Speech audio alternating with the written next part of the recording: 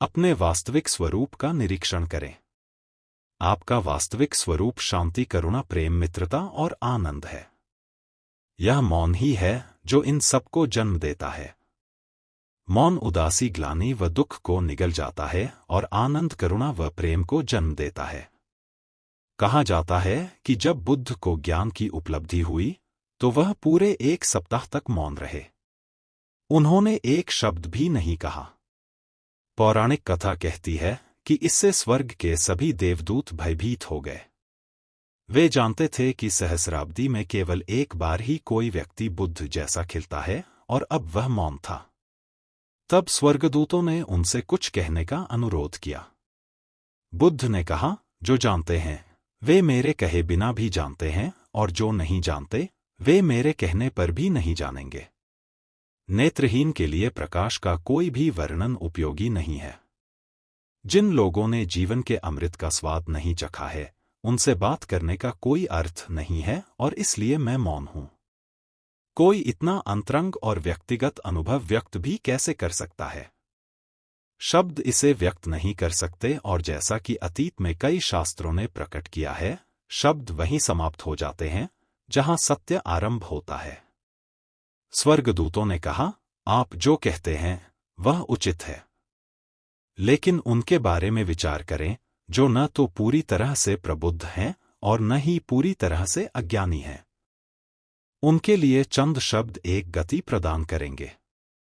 कृपया उनके लिए बोलें।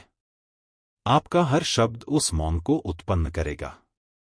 शब्दों का उद्देश्य मौन उत्पन्न करना है।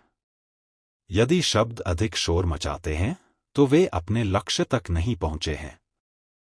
बुद्ध के शब्द अवश्य ही मौन निर्मित करेंगे, क्योंकि बुद्ध मौन की अभिव्यक्ति हैं। मौन जीवन का स्रोत है और रोगों का इलाज है।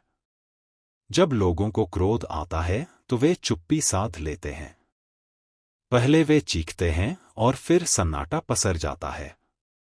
जब कोई उदास होता है तो वह अकेले रहना और एकांत में खुद में लौटना चाहता है। इसी तरह लज्जाजनक स्थिति आने पर मौन एक सहारा है। अगर कोई बुद्धिमान है तो वहां भी मौन है। अपने मस्तिष्क में चल रही आवाज़-ध्वनियों को देखें। ये किस बारे में है? धन, यश, पहचान, पूर्णता, रिश्ते आदि का शोर किसी न किसी कारण से है, जबकि मौन अकारण है। मौन आधार है, शोर सतह पर है। आरंभ से ही बुद्ध बहुत संतुष्ट जीवन जीते थे। वह जिस क्षण चाहते थे कोई भी सुख उनके चरणों में उपस्थित हो जाता था। एक दिन उन्होंने कहा, मैं जाकर देखना चाहता हूं कि दुनिया क्या है। बुद्ध अपने महल, पत्नी और पुत्र को छोड़कर अकेले ही सत्य की खोज में निकल पड़े। मौन जितना दृढ़ होगा, ऐसे मौन से उठने वाले प्रश्न उतने ही प्रबल होंगे। कुछ भी उन्हें रोक नहीं सका। वह जानते थे कि वह दिन के प्रकाश में अधिक दूर नहीं जा पाएंगे, इसलिए वह रात्रि में चुपचाप चले गए और कई वर्षों तक उनकी खोज जारी रही। उन्होंने वह सब किया जो लोग उन्हें करने के लिए कहते थे। वह एक स्थान से दूसरे स्थान पर जाते थे, उपवास करते थे और 4 सत्यों की खोज करने से पहले वह कई रास्तों पर चले थे। एक ऐसे काल में जब इतनी समृद्धि थी, बुद्ध ने अपने मुख्य शिष्यों को एक भिक्षा पात्र दिया और कहा कि जाकर भिक्षा मांगो। उन्होंने राजाओं से उनके राजकीय वस्त्र उतरवा दिए और उनके हाथ में कटोरा दे दिया। ऐसा नहीं था कि उन्हें भोजन की आवश्यकता थी, लेकिन वह उन्हें कुछ से कुछ नहीं बनने का पाठ पढ़ाना चाहते थे। आप कोई नहीं हैं। आप इस ब्रह्मांड में नगण्य हैं। जब उस समय के राजा महाराजाओं को भीख मांगने को कहा गया तो वे करुणा के अवतार बन गए। पहला सत्य यह है कि संसार में दुख है। जीवन में 2 ही संभावनाएं हैं, एक तो अपने आसपास की दुनिया को देखना और दूसरों के दुखों से जानना। दूसरी है इसका स्वयं अनुभव करना और यह जानना कि यह दुख है।